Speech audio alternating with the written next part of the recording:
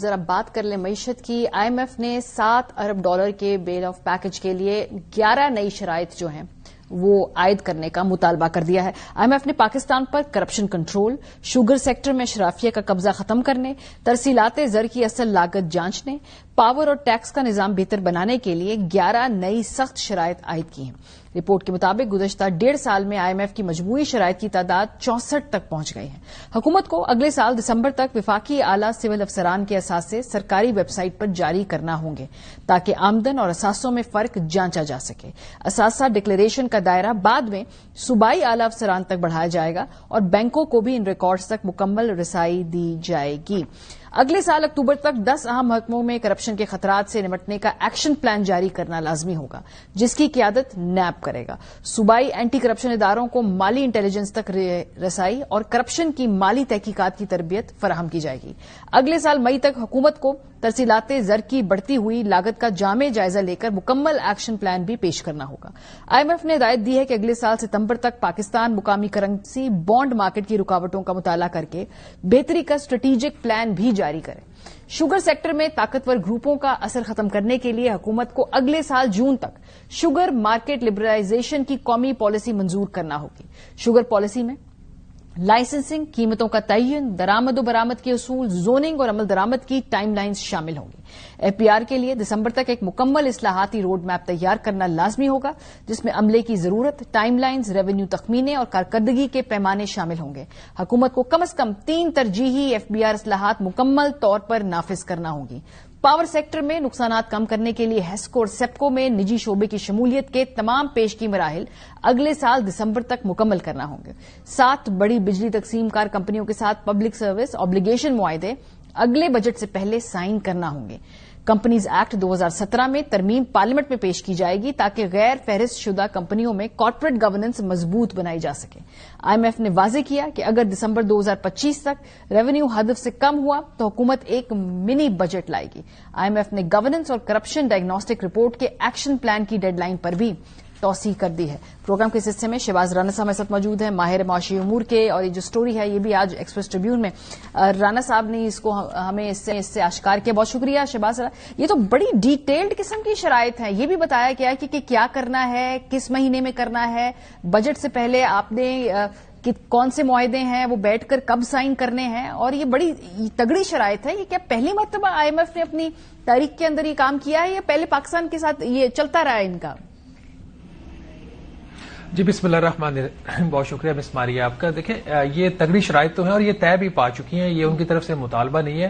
اس پہ حکومت پاکستان نے ایگری بھی کر لیا. یہ جو ٹائم لائنز آئی ہیں حکومت پاکستان کی کنسنسس کے ساتھ ہی آئی ہیں. اب اس میں ہوتا یہ کہ عمومی طور پر جو شرائط ہے جب وہ طے تو ہو جاتی ہے، کچھ اس میں اچیو ہو سکتی ہیں اور کچھ شاید نہ ہو، تو جو اچیو نہیں ہوتی اس کی پھر ایکسٹینشن آ جاتی ہے.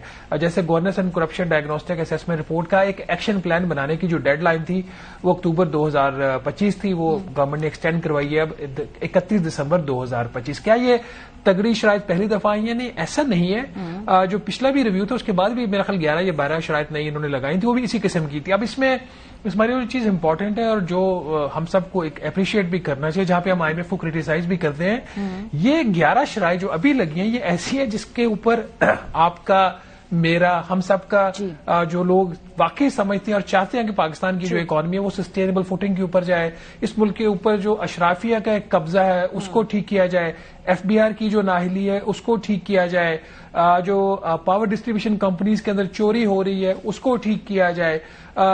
پاکستان کے اندر جو سرکاری ادارے ہیں ان کی سروس ڈلیوری بہت کمزور ہے، تو 7 اداروں کو آئیڈینٹیفائی کر کے ان کے ساتھ پبلک سروس ڈلیوری کے جو معاہدے ہیں وہ کرنا بجٹ سے پہلے، ان کو بجٹ دینے سے پہلے وہ کیا جائے. تو یہ وہ چیزیں ہیں. چینی کے کارٹل کو توڑا جائے، یہ تو کب سے مطالبہ ہے پاکستان کے اندر لوگوں کا.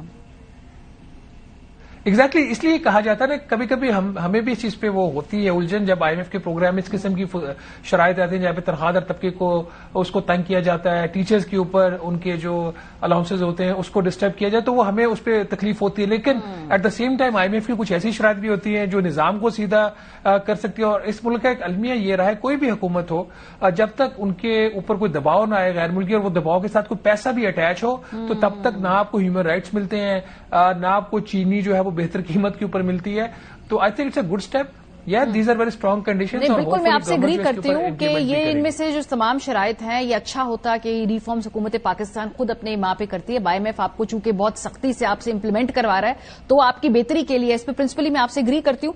اس میں سے کون سی ایسی چیزیں جیسے آپ نے کہا نا کچھ چیزیں نیگوشیٹ ہو کے اگر وہ ٹائم لائن پہ پوری نہ ہو وہ آگے پیچھے بھی ہو جایا کرتی ہیں, جیسے آپ نے اس کمیٹی کا بھی اس میں ہمیں مثال دی. نان نیگوشیبل کیا چیزیں ہیں اس کے اندر سے یہ جو شرائط ہیں؟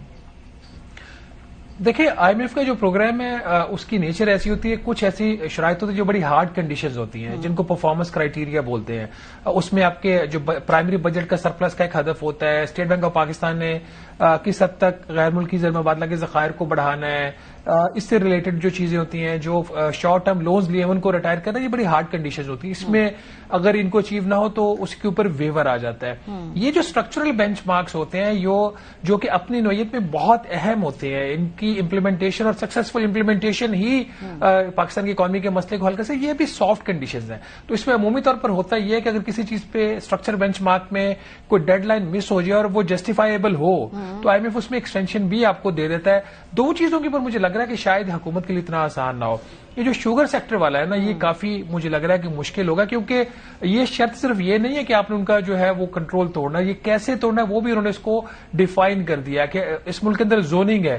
مطلب کیا نظام ہے کہ جو ایک لائسنس راج انڈیا میں ہوتا تھا 90s میں, وہ آج پاکستان میں بھی ہے, اور اگر آپ کو لائسنس ملے گا تو آپ شوگر مل لگا سکتے ہیں. بھائی کیوں لگا سکتے ہیں؟ اگر اس کی وائبلٹی ہے تو ٹھیک ہے, ورنہ ختم کرو. اگر پانی کا مسئلہ ہے تو سب کے لیے پانی کا مسئلہ ہے نا.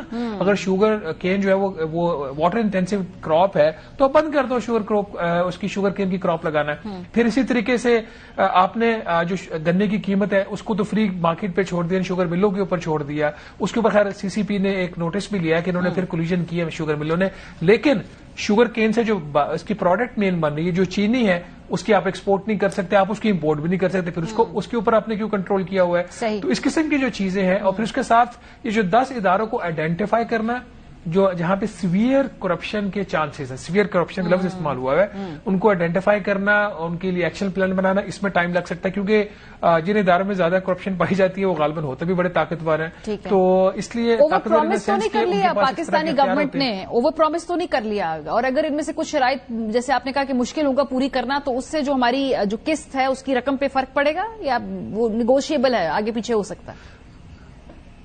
دیکھیے اوور پرومس تو حکومت ہمیشہ کرتی ہے.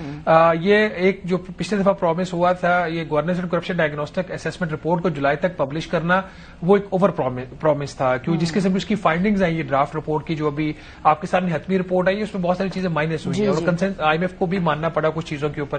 تو یہاں پہ بھی کچھ اوور کمٹمنٹ ہوتی ہے, لیکن یہ اوور ایمبیشیس اب ہوتی ہے تو کچھ ہو جاتا ہے. جیسے میں نے پہلے کہا یہ سافٹ اس طریقے سے اسٹرکچرل بینچ مارکس ہوتے ہیں ریلیٹیولی سافٹ ہوتے ہیں.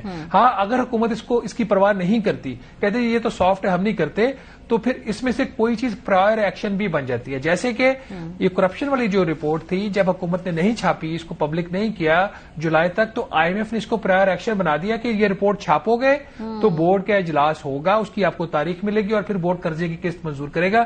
تو اس پہ کچھ ایسی چیزیں جس کے اوپر آئی ایم ایف بہت سیریس ہے. مجھے پرسنلی پتا ہے کہ آئی ایم ایف کافی زیادہ سیریس ہے کچھ چیزوں کے اوپر کروانا, خاص طور پر یہ جو شوگر سیکٹر والی چیز ہے, کرپشن کے جو 10 ادارے ہیں, پھر پبلک سروس ڈلیوری ہے, ریمیٹنسز والا معاملہ, ان کے اوپر آئی ایم ایف کافی سنجیدہ ہے. تو اگر حکومت نے اس میں سے کچھ چیزیں کرنے کی کوشش کی تو اپریشیٹ کریں گے وہ, اور ایکنالج بھی کریں گے. لیکن حکومت نے کہیں پہ کوئی ایسی چیز ہے جو کرنے والی ہے, ہو سکتی ہے نہ کی, اور میڈیا بھی پاکستان میں کافی پرو ایکٹیو ہے آئی ایم ایف کے معاملات میں, تو پھر اس میں سے کچھ ایسی چیزیں ہیں جو پرائر کنڈیشن بھی بن سکتے ہیں اگلے ریویو کے لیے.